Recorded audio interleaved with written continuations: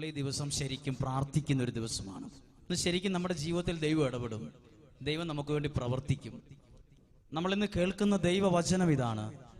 വിശുദ്ധ മത്തായിയുടെ സുവിശേഷം 14-ാം അധ്യായം 22 മുതലുള്ള ദൈവവചന ഭാഗമാണ്. ജനക്കൂട്ടത്തെ പറഞ്ഞു വിടുമ്പോഴേക്കും തനിക്ക് മുമ്പേ വഞ്ചിയിൽ കയറി മറുകരയിലേക്ക് പോകാൻ യേശു ശിഷ്യന്മാരെ നിർബന്ധിച്ചു. അവൻ ജനക്കൂട്ടത്തെ പറഞ്ഞു വിട്ടതിന് ശേഷം ഏകാന്തതയിൽ പ്രാർത്ഥിക്കുവാൻ പോയി. രാത്രിയായപ്പോഴും അവൻ അവിടെ തനിച്ചായിരുന്നു. 22ഉം 23ഉം വാക്യം ശ്രദ്ധിച്ചേ. ഒരുപാട് ആളുകളോട് ഈശോ ദൈവത്തിന്റെ വചനം പറഞ്ഞതിന് ശേഷം ശിഷ്യന്മാരെ നിർബന്ധിച്ചു ഒരു വിജന സ്ഥലത്തേക്ക് പോകാൻ. അതിനുശേഷം എഴുതിയിരിക്കുന്നത് ഇങ്ങനെയാണ്: ഈശോ ഒറ്റയ്ക്കൊരു സ്ഥലത്തേക്ക് മാറിയിരുന്ന് പ്രാർത്ഥിച്ചുകൊണ്ടിരുന്നു. പറയാമോ ഹല്ലേലൂയ? ഈശോ ഒരു സ്ഥലത്ത് പ്രാർത്ഥിച്ചുകൊണ്ടിരുന്നു. ശിഷ്യന്മാരാരും അവിടെ ഇല്ല. ശിഷ്യന്മാർ ആ സമയത്ത് ചെയ്തത്, അവർ വഞ്ചിയിൽ കയറി അവർ വെള്ളത്തിലൂടെ വള്ളം തുഴഞ്ഞ് കുറെ ദൂരം അകന്നു കഴിഞ്ഞായിരുന്നു. ശ്രദ്ധിച്ചേ, ഇപ്പോൾ യേശുവും ശിഷ്യന്മാരും തമ്മിൽ കാണാൻ പറ്റുന്ന ദൂരത്തിലല്ല. ഈശോ ഒരു സ്ഥലത്ത് പ്രാർത്ഥിച്ചു കൊണ്ടിരിക്കുന്നു. ശിഷ്യന്മാർ വള്ളം തുഴഞ്ഞ് വെള്ളത്തിലൂടെ ദൂരെ പോകുന്നു. പ്രതീക്ഷിക്കാതെ സമയത്ത് കാറ്റും കോളും തിരമാലകളും ഉയർന്നു പൊങ്ങി ശിഷ്യന്മാരൊരു അപകടം നേരിട്ട സമയത്ത്, ഒരു അപകടം ഫേസ് ചെയ്തുകൊണ്ടിരുന്ന സമയത്ത് ഈശോയ്ക്ക് മനസ്സിലായി ശിഷ്യന്മാർ ഒരു അപകടത്തെ ഫേസ് ചെയ്യുന്നു എന്ന്. ഹല്ലേലൂയ! ഇത് ശ്രദ്ധിക്കണം. ഇത് പെട്ടെന്ന് നിങ്ങൾക്ക് മനസ്സിലായോ ഇല്ലയോ എന്ന് എനിക്ക് സംശയമുണ്ട്. ഈശോ ഒരു സ്ഥലത്ത് പ്രാർത്ഥിച്ചുകൊണ്ടിരിക്കുക. ഈശോ കാണാതെ എങ്ങനെയാ അറിഞ്ഞത് ശിഷ്യന്മാരൊരു പ്രതിസന്ധിയിലൂടെയാ കടന്നു പോയിക്കൊണ്ടിരിക്കുന്നതെന്ന്? ശിഷ്യന്മാര് കടലിൽ ഈ വഞ്ചി തുഴഞ്ഞുകൊണ്ട് പോകുന്നു. തിരമാലകളും പ്രതിസന്ധികളും ആഞ്ഞടിക്കുന്ന ഒരു സമയത്ത് ഈശോ കാണാതെ എങ്ങനെ അറിഞ്ഞ് ശിഷ്യന്മാർ ഒരു പ്രതിസന്ധിയിലാണ്, ഒരു അപകട നില ഒരവസ്ഥയിലാണെന്ന് എങ്ങനെ അറിഞ്ഞത്? ഞാൻ അതിനകത്തൊരു കാര്യം മനസ്സിലാക്കുന്നു. പ്രാർത്ഥിക്കുന്ന വ്യക്തിക്ക് ചില കാര്യങ്ങൾ കാണാതെ തന്നെ അറിയാൻ പറ്റും. ഹല്ലേലൂയ! പണ്ട് നമ്മുടെ ഭവനങ്ങളിൽ ഇങ്ങനെയുള്ള അപ്പച്ചന്മാരും അമ്മച്ചിമാരും ഉണ്ടായിരുന്നു. ഇങ്ങനെയുള്ള അഭിഷേകമുള്ള വൈദികർ ഉണ്ടായിരുന്നു. എങ്ങനെ? നമ്മളുടെ പ്രശ്നം നമ്മൾ പറയാതെ പ്രാർത്ഥനയിൽ അറിയും. അങ്ങനെ അറിവുള്ളവർ ഇന്ന് വളരെ ചുരുക്കമാണ്. ഈശോ ഒരു സ്ഥലത്ത് പ്രാർത്ഥിച്ചു കൊണ്ടിരിക്കുമ്പോ കാണാതെ തന്നെ അറിഞ്ഞു ശിഷ്യന്മാരൊരു പ്രതിസന്ധിയിലാണല്ലോ. ഹല്ലേലൂയ! ഇവിടെ ഇരിക്കുന്ന മാതാപിതാക്കൾ ശ്രദ്ധിച്ചേ. നിങ്ങൾ നിങ്ങളുടെ വീടിന്റെ തൊട്ടടുത്ത മുറിയിൽ കിടക്കുന്ന നിങ്ങളുടെ മകന്റെയോ മകളുടെയോ മനസ്സുപോലും നിങ്ങൾ തൊട്ടിപ്പുറത്തെ മുറിയിൽ കിടക്കുന്ന നിങ്ങൾക്ക് പോലും 100% അറിയത്തില്ല. നിങ്ങൾക്കറിയത്തില്ല. എന്തെങ്കിലും ഒരു അപകടത്തിൽ എത്തുമ്പോഴേ അറിയുന്നുള്ളൂ. എന്നാൽ ഒരു കാര്യം കേട്ടോ, മാതാപിതാക്കൾ നന്നായി പ്രാർത്ഥിക്കുന്ന ഒരാളാണെങ്കിൽ കാണാതെ തന്നെ എത്ര ഒളിപ്പിച്ചു വച്ചാലും നമുക്കതിനുള്ള അറിവ് കിട്ടും. അവിടെ എന്തോ ഒരു പ്രതിസന്ധി ഉണ്ട്, ഇപ്പം പോകുന്ന രീതി ശരിയല്ല, ഇങ്ങനെയല്ല നിങ്ങളുടെ കുടുംബത്തിലെ ഇന്നയാള് പോകേണ്ടത്. ആർക്കേ ഇതിനെക്കുറിച്ച് അറിവ് കിട്ടത്തുള്ളൂ? പ്രാർത്ഥിക്കുന്ന ഒരാൾക്ക്. പറഞ്ഞേ ഹല്ലേലൂയ! നിങ്ങൾ പ്രാർത്ഥിച്ചാൽ നിങ്ങളുടെ പ്രാർത്ഥനയിലൂടെ നിങ്ങളുടെ കുടുംബത്തിന്റെ സകല പ്രതിസന്ധികളും നേരത്തെ തന്നെ നിങ്ങളുടെ ശ്രദ്ധയിൽ ദൈവം കൊണ്ടുവന്ന് കാണിച്ചു തരും. അതാണ് പ്രാർത്ഥനയുടെ ഒന്നാമത്തെ റിസൾട്ട്. പ്രാർത്ഥിക്കുന്ന വ്യക്തിക്ക് കണ്ണിൽ കാണാതെ തന്നെ എത്ര ദൂരത്തിരിക്കുന്ന കാര്യങ്ങളും അറിയാൻ കഴിയും. ഹല്ലേലൂയ! ചേർന്ന് പറഞ്ഞേ ഹല്ലേലൂയ! ഒന്നാമത്തെ വചനത്തിൽ നിന്ന് അത്രയും കാര്യങ്ങളാണ് നമ്മൾ മനസ്സിലാക്കേണ്ടത്. 25-ാമത്തെ വാക്യം, രാത്രിയുടെ 4-ാം യാമത്തിൽ അവൻ വെള്ളത്തിന്റെ മുകളിൽ കൂടെ നടന്ന് അവരുടെ അടുത്തേക്ക് വന്നു. ഹല്ലേലൂയ. ശ്രദ്ധിച്ചേ, നമ്മളുടെ പ്രതിസന്ധികളിൽ നമ്മുടെ അടുത്തേക്ക് വരുന്നത് നമ്മുടെ കൂടപ്പിറപ്പായിരിക്കത്തില്ല. നമ്മളുടെ പ്രതിസന്ധികൾ രാത്രിയുടെ 4-ാം യാമം എന്ന് പറഞ്ഞാൽ എന്താ നമ്മൾ ഉദ്ദേശിച്ചത്? നമ്മൾ മനസ്സിലാക്കേണ്ടത്, നമ്മളുടെ പ്രതിസന്ധികളുടെ, കടബാധ്യതകളുടെ, രോഗത്തിന്റെ കൂരിരുട്ടിന്റെ 4-ാം യാമത്തിലും, നമ്മുടെ ആവശ്യ നേരത്ത് 4-ാം യാമത്തിലും നമ്മുടെ ദൈവം നമ്മുടെ അടുത്തേക്ക് നടന്നു വരുന്ന ദൈവമാണ്. ദൂരെ നിന്ന്, കടലിന്റെ അക്കരെ നിന്ന് കാഴ്ചക്കാരനെ പോലെ നിന്ന ദൈവമല്ല, വെള്ളത്തിന്റെ മുകളിൽ കൂടെ നടന്നു വന്നു. ഇത് നമുക്കൊരു പാഠമാണ്. നമ്മുടെ കുടുംബത്തിൽ നന്നായി പ്രാർത്ഥിക്കുന്ന ഒരു കുടുംബമാണെങ്കിൽ നിങ്ങളുടെ സങ്കട സമയത്ത് ദൈവം ഏറ്റവും ആദ്യം നിങ്ങളുടെ ഭവനത്തിൽ വരുന്നത് ആ ദൈവ സാന്നിധ്യമായിരിക്കും. ഒരു കരം ഉയർത്തി പറയാം, ഹല്ലേലൂയ, ഹല്ലേലൂയ, ഹല്ലേലൂയ. കരങ്ങൾ താഴ്ത്താം. ഇതാണ് പ്രാർത്ഥിക്കുന്ന ഒരു വ്യക്തിയുടെ ഒരു പ്രത്യേക അഭിഷേകം, ഒരു അനുഗ്രഹം. രണ്ടാമതൊരു കാര്യം ശ്രദ്ധിക്കുക, ഈ വചനത്തിൽ നിന്ന് ഈശോയെ കണ്ടപ്പോ ശിഷ്യന്മാർ പറഞ്ഞു, ഇതാ ഭൂതം. അപ്പോൾ ശിഷ്യന്മാരോട് ഈശോ പറഞ്ഞു, ഞാൻ ഭൂതമല്ല, ഞാൻ ഈശോയാണ്, യേശുവാണ്, നിങ്ങളുടെ ദൈവമാണ്. അപ്പൊ പത്രോസ് ചോദിക്കൂ, അങ്ങനെയാണെങ്കിൽ എന്നോട് ഈ വെള്ളത്തിന്റെ മുകളിൽ കൂടെ നടന്നു വരാൻ നീ കൽപ്പിക്കുക. പറഞ്ഞു ഹല്ലേലൂയ. ഇനി പത്രോസ് ലീഹ ഈ വെള്ളത്തിന്റെ മുകളിൽ കൂടെ, നമ്മൾ വെള്ളത്തിന്റെ മുകളിൽ കൂടെ നടന്നിട്ടുണ്ടോ? നമ്മൾ നടന്നിട്ടുണ്ട്. എത്രയോ കടബാധ്യതകളിലൂടെ കടന്നുപോയപ്പോ നമ്മുടെ മനസ്സ് ചിലപ്പോൾ നമ്മളോട് പറഞ്ഞിട്ടുണ്ട്, എന്ത് ചെയ്യും, ഇനി ആത്മഹത്യ ചെയ്യേണ്ടി വരുമോ, എങ്ങനെ മുന്നോട്ട് നീങ്ങുമെന്ന് പറഞ്ഞിട്ട് നമ്മുടെ കഴിഞ്ഞ 2018 വരെയുള്ള ഓരോ ദിവസങ്ങളും ഒന്ന് പരിശോധിച്ച് നോക്കിക്കേ. നമ്മളും ചില കടബാധ്യതകളുടെ മുകളിൽ കൂടെ നടന്നു പോയിട്ടുണ്ട്. ചില രോഗങ്ങൾ ഉണ്ടായ സമയത്ത് ദൈവം നമ്മളെ നടത്തിയിട്ടുണ്ട്. നമ്മളും വെള്ളത്തിലൂടെ നടന്നിട്ടുണ്ട്. അല്ല, നമ്മളെ ദൈവം വെള്ളത്തിന്റെ മുകളിൽ കൂടെ നടത്തിയിട്ടുണ്ട്. പറഞ്ഞേ ഹല്ലേലൂയ. നമ്മളെ നടത്തിയിട്ട് നമ്മൾ അറിയാഞ്ഞിട്ടാ. നമ്മൾ ഇന്ന് നോക്കുമ്പോൾ ഒന്നും നടന്നതായിട്ട് തോന്നത്തില്ല. പക്ഷെ നമ്മൾ ഒരു നിശ്ചിത ദൂരം ചെന്ന് നമ്മൾ തന്നെ തിരിഞ്ഞു നോക്കണം. ദൈവമേ, എൻ്റെ ഇതുവരെയുള്ള ജീവിതത്തെ ചിന്തിച്ചു നോക്കിക്കേ. ദൈവം ഒരുപാട് സാഹചര്യങ്ങൾ, വെള്ളത്തിന്റെ മുകളിൽ കൂടെ നടക്കുക എന്ന് പറഞ്ഞാൽ എന്താ? ആ വെള്ളം എപ്പോൾ വേണമെങ്കിലും ഈ നടക്കുന്ന വ്യക്തിയെ താഴ്ത്താൻ ശക്തിയുള്ളതാ. ഈ വെള്ളത്തിൽ താഴ്ന്നു പോകാൻ സാധ്യതയുണ്ട്. പക്ഷെ താഴ്ന്നു പോകാൻ സാധ്യതയുള്ള പല സ്ഥലത്തും ദൈവം നമ്മളെ കൈപിടിച്ച് നടത്തിയിട്ടില്ലെന്ന് പറയാൻ ഒക്കുമോ? ഇല്ല.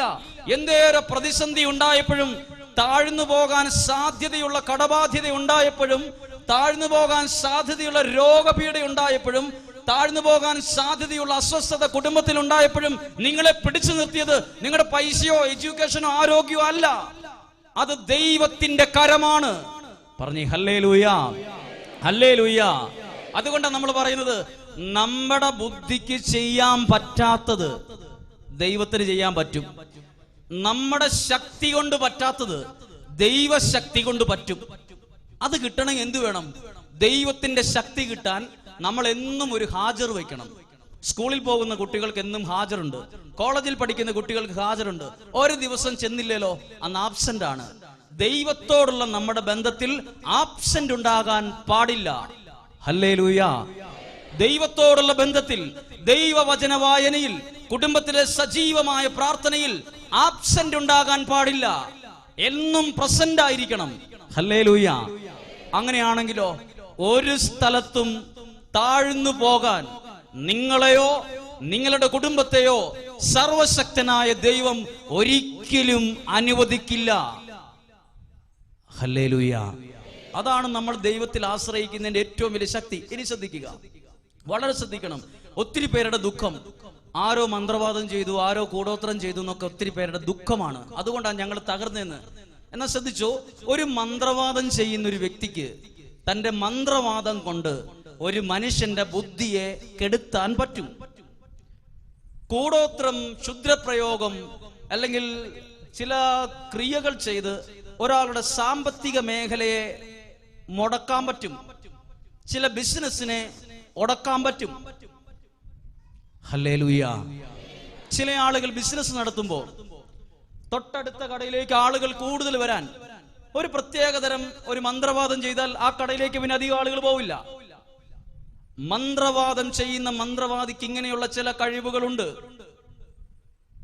ക്ഷുദ്രപ്രയോഗം ചെയ്യുന്ന ഒരു വ്യക്തിക്ക് നന്നായി പഠിച്ചുകൊണ്ടിരിക്കുന്ന ഒരു കൊച്ചിനെ പഠിക്കാൻ ഒരു ഉഷാറില്ലാതാക്കാം. പഠിക്കാൻ താല്പര്യമില്ല, പ്രാർത്ഥിക്കാൻ താല്പര്യമില്ല. ചില തെറ്റായ പ്രേമബന്ധങ്ങളിൽ കുടുങ്ങിപ്പോകുന്ന ചില കുട്ടികളെ ആ പ്രേമബന്ധത്തിൽ നിന്ന് ഒരിക്കലും മാറിപ്പോകാതിരിക്കാൻ കുടുക്കിയിടാം. ഇനി പറയുന്നത് ശ്രദ്ധിക്കണം. ഇതൊരു മന്ത്രവാദിക്ക് മന്ത്രവാദം കൊണ്ട് ചെയ്യാൻ പറ്റുന്ന കാര്യം ഇത്. എന്നാൽ ദൈവത്തിൽ ആശ്രയിക്കുന്ന ഒരാളുടെ പ്രത്യേകത, ദൈവത്തിൽ എന്നും ഹാജർ വയ്ക്കുന്ന ഒരാളുടെ പ്രത്യേകത, എനിക്ക് നോർമലായി എന്റെ ജനനത്തിലൂടെ എനിക്കൊരു കഴിവ് കിട്ടിയിട്ടുണ്ട്, എനിക്കൊരു ബുദ്ധിയുണ്ട്, എനിക്കൊരു കഴിവുണ്ട്, എനിക്ക് ശക്തിയുണ്ട്. ഞാൻ വിചാരിക്കുന്നു എന്റെ ഈ കഴിവ് മതി എനിക്ക് വിജയിക്കാൻ. പക്ഷെ അതിനോടൊരു പ്ലസ് വേണം. എന്റെ ബുദ്ധിയോട് ദൈവത്തിന്റെ ബുദ്ധി കൂടി വരുമ്പോ എനിക്ക് വേറൊരു കഴിവ് കിട്ടുന്നുണ്ട്. ഹല്ലേലൂയ. എന്റെ ശക്തിയോട് ഞാൻ ദിവസവും ദൈവത്തോടുള്ള ബന്ധത്തിൽ ഹാജർ വെക്കുമ്പോ ദൈവത്തിന്റെ ഒരു ശക്തി എനിക്ക് കിട്ടുന്നുണ്ട്. അതാ ഒരാളുടെ വിജയ രഹസ്യം. ഹല്ലേലൂയ. എന്റെ ബുദ്ധിയെ ഒരു മന്ത്രവാദം ചെയ്യുന്ന ഒരു വ്യക്തിക്ക് എന്റെ ബുദ്ധിയെ സ്വാധീനിക്കാം, എന്റെ കഴിവിനെ സ്വാധീനിക്കാം, എന്റെ ബിസിനസിനെ തകർക്കാം, എന്റെ എന്റെ വീടിനെ എന്തെങ്കിലും തരത്തിൽ ചെയ്യാം. പക്ഷെ ദൈവത്തിൽ ആശ്രയിക്കുമ്പോൾ ദൈവത്തിന്റെ ശക്തി കൂടിയുള്ള ഒരു കുടുംബത്തെ, ദൈവത്തിന്റെ കൃപയുള്ള ഒരു ബുദ്ധിയെ, ദൈവത്തിന്റെ അഭിഷേകമുള്ള ഒരു ശരീരത്തെ, ദൈവത്തിന്റെ ആത്മാവുള്ള ഒരു വ്യക്തിയെ മന്ത്രവാദിയുടെ മന്ത്രവാദം കൊണ്ട് ഒരു ചുക്കും ചെയ്യാൻ കഴിയില്ല. ഹല്ലേലൂയ.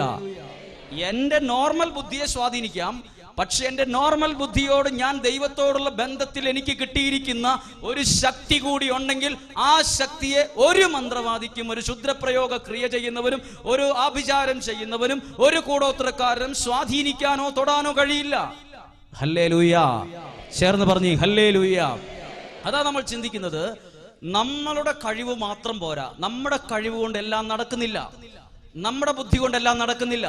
നമ്മൾ ഇത്രയും നാൾ തലകുത്തി നടന്ന് പറമ്പിൽ പണിയെടുത്തിട്ട് എത്ര പൈസ മിച്ചമുണ്ട്? എന്തേരം പൈസ നമ്മൾ ബാങ്ക് ഡിപ്പോസിറ്റ് ഇട്ടിട്ടുണ്ട്. നമുക്ക് അവസാനം കടവും കണ്ണുനീരും അല്ലേ ഉള്ളൂ. എന്തുകൊണ്ടാണ്? നമുക്ക് ബുദ്ധി ഇല്ലാഞ്ഞിട്ടാണോ? നമ്മൾ വെയിൽ കൊണ്ട് പണിയെടുക്കാത്തോണ്ടാണോ? ഞാൻ പൈസ കൊണ്ടുപോയി അപ്പുറത്തൊരു കുഴി കൊണ്ടുപോയി തള്ളുന്നതുകൊണ്ടാണ്? ഒന്നുമല്ല. വളരെ ശ്രദ്ധിച്ചാണ് കൈകാര്യം ചെയ്യുന്നത്. ആൾക്ക് പൈസ കൈകാര്യം ചെയ്യാനുള്ള കഴിവുണ്ട്.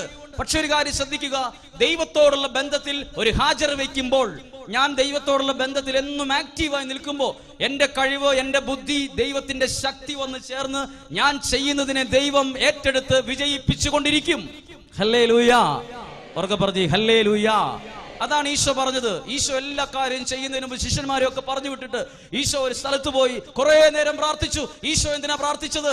ഈശോയ്ക്ക് കടലിന്റെ മുകളിൽ കൂടെ നടക്കാനുള്ള ശക്തി ഉണ്ടല്ലോ, പിന്നെ എന്തിനാ പ്രാർത്ഥിച്ചത്? ഈശോ പോലും പ്രാർത്ഥിച്ചു. അപ്പോൾ സാധാരണ മനുഷ്യരായ നമ്മൾ പോലും എന്തേറെ പ്രാർത്ഥനയുള്ള ഒരാളായിരിക്കണമെന്നാണ് ദൈവവചനം പ്രിയപ്പെട്ടവരായി നമ്മളെ പഠിപ്പിക്കുന്നത്. പറഞ്ഞേ ഹല്ലേലൂയ, ഹല്ലേലൂയ. ഇനി 27ാമത്തെ വാക്യം, 28ാമത്തെ വാക്യം. അവനോട് പറഞ്ഞു, കർത്താവേ, അങ്ങാണെങ്കിൽ ജലത്തിന്റെ മുകളിൽ കൂടെ വരാൻ എന്നോട് കൽപ്പിക്കണം. ഹല്ലേലൂയ. പത്രോസ്ലീഹ, എല്ലാവരും ശ്രദ്ധിച്ചേ. പത്രോസ്ലീഹ നമ്മൾ ഈ കാർപ്പറ്റ് ഇട്ടിരിക്കുന്ന ഇതിലെ കൂടെ നടന്നു പോയ പോലെ തന്നെ വെള്ളത്തിന്റെ മുകളിൽ കൂടെ നടന്നു. ഇതുപോലെ നടന്നു, താന്നു പോയില്ല. കാലിന്റെ പാദം പോലും താഴ്ന്നു പോയില്ല. ആ സമയത്ത് ഒരു പ്രത്യേകതയുണ്ട്. ഈശോയുടെ മുഖത്തു നിന്നുള്ള നോട്ടം മാറിയപ്പം അതേ വെള്ളത്തിൽ, അതേ സാഹചര്യത്തിൽ, ഈ കാർപ്പറ്റിന്റെ മുകളിൽ കൂടെ, ഈ സിമന്റ് തറയിൽ കൂടെ നമ്മൾ നടന്ന പോലെ നടന്ന പത്രോസ്ലീഹ പെട്ടെന്ന് താന്നുപോയി. അപ്പൊ അവിടെ വെള്ളത്തിന്റെ ഷേപ്പ് ഒന്നും മാറിയിട്ടില്ല. അപ്പുറത്ത് ചവിട്ടി അതേപോലത്തെ വെള്ളത്തിൽ തന്നെ എവിടെയും ചവിട്ടിയത്. എന്തുകൊണ്ട് അവിടെ താന്നു, ഇവിടെ താന്നില്ല? ശ്രദ്ധിച്ചേ, നമ്മളും ചില സ്ഥലങ്ങളിൽ താണുപോയിട്ടുണ്ട്. എപ്പോഴാ നമ്മൾ താണുപോയത്? എപ്പോഴാ നമ്മൾ പരാജയപ്പെട്ടത്? നമ്മുടെ കഴിവുകൊണ്ട് നമ്മൾ നടക്കാൻ തുടങ്ങിയപ്പോഴാണ് നമ്മൾ തോറ്റത്.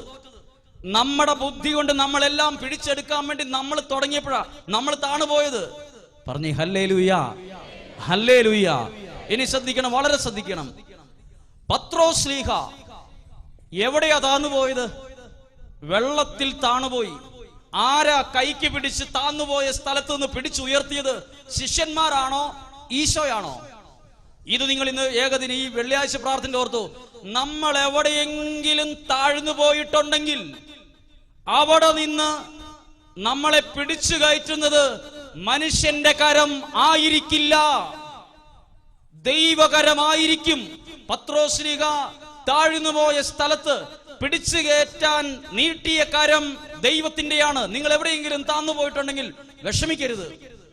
നിങ്ങൾ എവിടെയെങ്കിലും കടബാധ്യതയിലോ രോഗത്തിലോ സങ്കടത്തിലോ കുടുംബസമാധാനം ഇല്ലാത്തതോ ബന്ധങ്ങൾ തകർന്നു പോയതിന്റെ പേരിലോ എവിടെയെങ്കിലും ഒന്ന് താഴ്ന്നിട്ടുണ്ടെങ്കിൽ നിങ്ങളുടെ ദൈവമേ എന്നൊരു വിളി, ദൈവത്തിന്റെ കരം അവിടെ എത്തിച്ചേരും. പറഞ്ഞു ഹല്ലേലൂയാ, ഹല്ലേലൂയാ. എപ്പോഴാ ദൈവത്തിന്റെ കരം എന്നറിയോ? താഴ്ന്നു പോകാൻ. ആ ബൈബിളിലെ വാക്യം വളരെ ശ്രദ്ധിക്കുന്നത് നല്ലതാണ്.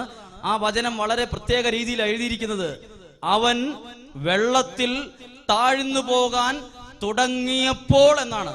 അതായത് ഏറ്റവും തുടക്കത്തിൽ തന്നെ ഒന്ന് താഴ്ന്നു പോകാൻ തുടങ്ങിയപ്പോൾ, അതായത് സ്റ്റാർട്ടിങ്ങിൽ തന്നെ പത്രോസ് ശ്ലീഹ എന്നെ രക്ഷിക്കണേ എന്ന് പറഞ്ഞു വിളിച്ചു. ആ പ്രാർത്ഥനയ്ക്ക് ഉത്തരം വന്നത് ഒരു കരമായിട്ടാണ്. ഹല്ലേലൂയാ. ദൈവത്തിന്റെ കരം അന്നേരം അവിടെ എത്തി. പ്രിയപ്പെട്ടവരെ, നമ്മൾ ഇവിടെ ഒരുമിച്ച് കൂടി പ്രാർത്ഥിക്കുമ്പോൾ നമ്മളെ പിടിച്ചുയർത്താൻ ഒരു കരം സ്വർഗത്തിലെ ദൈവം നമുക്ക് മുമ്പിലേക്ക് നീട്ടിത്തരും. അതാ നമ്മുടെ വിശ്വാസം. ഹല്ലേലൂയ. അവർക്ക് പറഞ്ഞേ ഹല്ലേലൂയ. ഇനി പത്രോസ് ശ്ലീഹ എങ്ങനെയാ താന്നുപോയെ? ഈ പത്രോസ് ശ്ലീഹ ജനിച്ച നാൾ കുറച്ച് നാൾ കഴിഞ്ഞപ്പോൾ മുതൽ വെള്ളത്തിൽ കൂടെ നീന്തി നടന്ന മുക്കുവനാണ്. ഈ ദേഹം എന്തിനാ താഴ്ന്നു പോയത്? കുറച്ചു നേരം കയ്യും കാലോട്ട് അടിക്കാൻ പാടില്ലായിരുന്നോ? നീന്തി രക്ഷപ്പെടാൻ പാടില്ലായിരുന്നോ? കാരണം പത്രോസ് ശ്ലീഹ ഇറങ്ങി വന്ന വള്ളവും ഈശോയും തമ്മിൽ ഒരു നിശ്ചിത ദൂരമേ ഉണ്ടായിരുന്നുള്ളൂ. പത്രോസ് ശ്ലീഹായ്ക്ക് വേണമെങ്കിൽ അവിടെ നിന്ന് നീന്തി ഈ വള്ളത്തെ കയറായിരുന്നു. എന്തുകൊണ്ട് പത്രോസ് ശ്ലീഹ നീന്തൽ അറിയാത്ത ഒരാളെ പോലെ മുങ്ങിത്താണു? ഹല്ലേലൂയ. അതാണ് ഒരാളുടെ ദൈവാശ്രയത്വം. നമുക്ക് കഴിവൊക്കെ ഉണ്ട്. പത്രോസ് ശ്ലീഹായ്ക്ക് നീന്താനുള്ള കഴിവുണ്ട്. പത്രോസ് ശ്ലീഹയ്ക്ക് അവിടം വരെ എത്താൻ പ്രത്യേകിച്ച് ദൈവത്തിന്റെ ശക്തിയൊന്നും വേണം. നീന്തി അവിടെ എത്തിയ വള്ളത്തെ പിടിച്ച് ഒരു കുഴപ്പമില്ല, ഒരു കവിള് വെള്ളം പോലും കുടിക്കാതെ രക്ഷപ്പെടാനുള്ള എല്ലാ കഴിവുണ്ട്. പിന്നെന്തിനാ താന്നത്? അതായത് പ്രിയപ്പെട്ടവരെ, പത്രോസ് ശ്ലീഹായിൽ നിന്ന് നമുക്കൂടെ ഇരിക്കുന്ന ഒരു കഴിവും PGയും ഡിഗ്രിയും എഡ്യൂക്കേഷനും വീടും പറമ്പും കൃഷിയും എല്ലാം ഉള്ളവരാ. പക്ഷെ നമ്മൾ ദൈവത്തിൽ ആശ്രയിക്കുമ്പോ ആ വ്യക്തിയുടെ കരത്തെ ദൈവം ഉപയോഗിക്കും. ഹല്ലേലൂയ. ഇനി ശ്രദ്ധിച്ച് നിങ്ങൾ കാണണം, ഇത് ധ്യാനപൂർവ്വം കാണേണ്ടതാ. പത്രോസ് ശ്ലീഹ വെള്ളത്തിൽ താണുപോയി, അവിടെ തന്നെ പിടിച്ചു നിർത്തി. എങ്ങനെയാ നിർത്തിയത്? ഇനി പത്രോസ് ശ്ലീഹായെ ഈശോ എടുത്തോണ്ടാണോ വള്ളത്തിൽ കയറ്റിയത്, അതോ നടത്തിക്കൊണ്ടാണോ? നമ്മളാണെങ്കിൽ എടുത്തോണ്ടായിരിക്കും ആ സ്ഥലത്ത് കൊണ്ട് എത്തിക്കുക.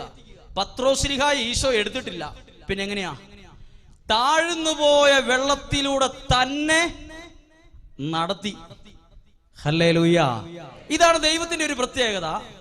നമ്മൾ എവിടെ താണു പോയാലും ദൈവം നമ്മളെ എടുത്ത് ഇന്ന സ്ഥലത്ത് എത്തിച്ച് സേഫ് ആക്കും എന്നല്ല നമ്മൾ വിചാരിക്കേണ്ടത്. നമ്മൾ താഴ്ന്നു പോയ വെള്ളത്തിലൂടെ തന്നെ ദൈവം നടത്തും. ബൈബിൾ വായിച്ചോ, അന്നേരവും കാറ്റ് ശമിച്ചിട്ടില്ല, അന്നേരവും കടലിന്റെ അവസ്ഥ മാറിയിട്ടില്ല.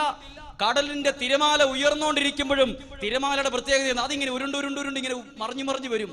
പത്രോസ് ശ്ലീഹായെ ഈശോ നടത്തിയത് ആ ഉരുണ്ടുരുണ്ട ആ വന്നോണ്ടിരുന്ന ആ തിരമാലയുടെ മുകളിൽ കൂടെ ഈശോ കൈക്ക് പിടിച്ച് നടത്തി.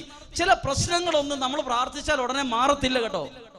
ചില പ്രതികൂലങ്ങളൊന്നും നമ്മൾ പ്രാർത്ഥിക്കുമ്പോഴേ മഴക്കാറ് പോകുന്ന പോലെ മാറി വെയിൽ വരത്തില്ല. ചില പ്രശ്നങ്ങളിൽ നമ്മൾ പ്രാർത്ഥിച്ചിട്ട് ഉത്തരം കിട്ടുന്നില്ലെങ്കിൽ ഓർത്തോ, ദൈവം നമ്മളെ താഴ്ന്നു പോകാതെ അതേ പ്രതിസന്ധി കൂടെ അതേ കഷ്ടപ്പാടിലൂടെ ദൈവം കൈക്ക് പിടിച്ച് നടത്തും. പറഞ്ഞു ഹല്ലേലൂയ, ഹല്ലേലൂയ. ഇതാണ് ദൈവത്തിന്റെ ശക്തി. നമ്മൾ പ്രാർത്ഥിക്കുന്നത് പ്രശ്നം മാറണമെന്നായിരിക്കും, പക്ഷെ ദൈവം പ്രശ്നം മാറ്റി ആയിരിക്കത്തില്ല ദൈവം ഇടപെടുന്നത്. ആ പ്രശ്നത്തിലൂടെ നമ്മളെ നടത്തിക്കൊണ്ടായിരിക്കും. അങ്ങനെയുള്ള അനുഭവങ്ങൾ നമുക്ക് പറയാനുണ്ട്. ചില പ്രതിസന്ധികളിൽ പ്രശ്നങ്ങൾ മാറ്റാതെ തന്നെ ആ പ്രശ്നത്തിലൂടെ, ആ രോഗത്തിലൂടെ, ആ കടബാധ്യതയിലൂടെ ദൈവം കുറച്ചു നാളൊന്ന് കൈപിടിച്ച് നടത്തും. എന്തിനെന്നറിയോ?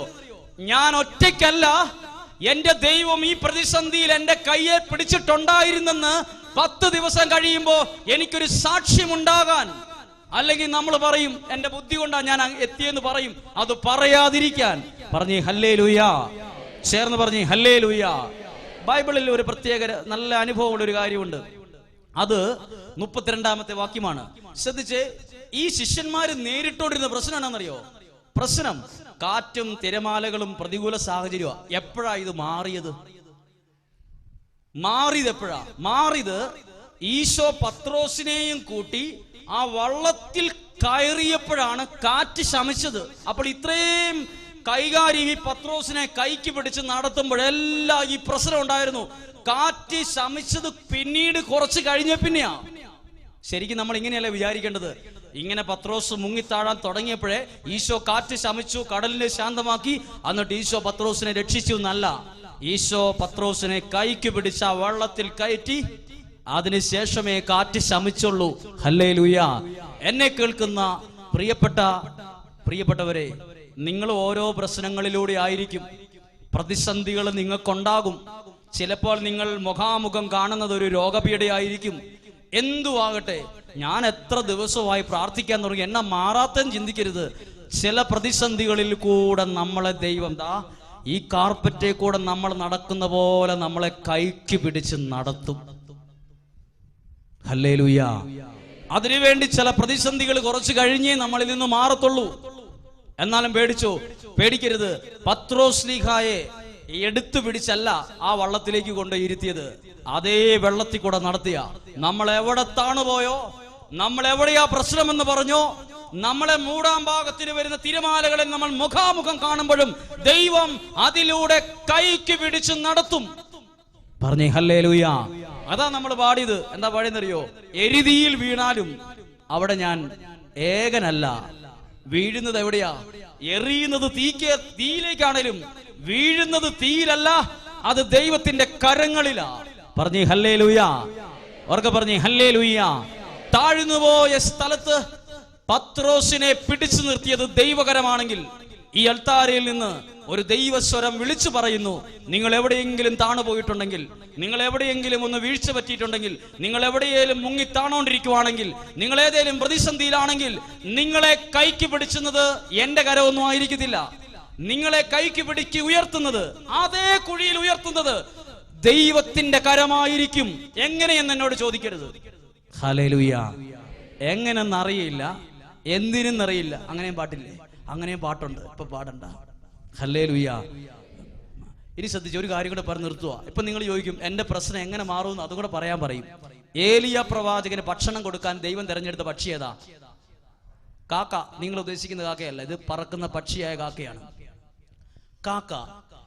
ഈ കാക്കയോട് ഏലിയ പ്രവാചകന് ഭക്ഷണം കൊടുക്കാൻ ദൈവം പറയാണ്.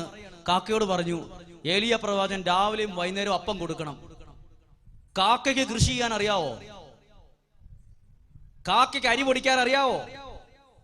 കാക്കയ്ക്ക് ദോശക്കല്ല് വെച്ച് അപ്പം ചുട്ടെടുത്ത് മറിച്ച് വെച്ച് എടുത്തുണ്ടാക്കാൻ അറിയാവോ?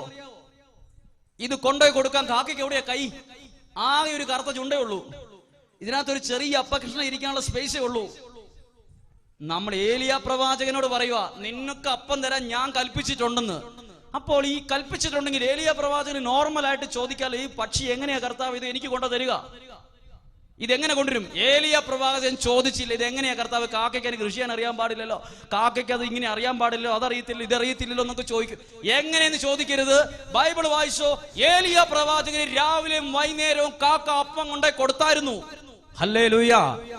അതെങ്ങനെയാ? അരി പൊടിച്ചിട്ടുണ്ടാക്കിയതാണോ, ദോശക്കല്ല് വച്ചിട്ടാണോ ഉണ്ടാക്കിയത്, അത് ചുട്ടാണോ പുഴുങ്ങിയാണോ എടുത്തെന്ന് അറിയാൻ പാടില്ല. ഇതാണ് ദൈവത്തിന്റെ പ്രത്യേകത. ചില വ്യക്തികൾ നമ്മളോട് പറയും, നിങ്ങളുടെ പ്രശ്നങ്ങൾ മാറും കേട്ടോ. അപ്പൊ നമ്മുടെ ബുദ്ധി പറയും, എങ്ങനെ മാറും? അത് എങ്ങനെ മാറുക? നമ്മുടെ ബുദ്ധി നമ്മളോട് വെല്ലുവിളിയാ. നമ്മുടെ ബുദ്ധി നമുക്ക് വെല്ലുവിളിയാ. രണ്ട് വാക്കുണ്ട്, ബുദ്ധിയുടെ വാക്കുകൊണ്ട്, വിശ്വാസത്തിന്റെ വാക്കുകൊണ്ട്. നമ്മൾ കേൾക്കേണ്ടത് ബുദ്ധിയുടെ വാക്കല്ല, വിശ്വാസത്തിന്റെ വാക്കാണ്. പറഞ്ഞേ ഹല്ലേലൂയ.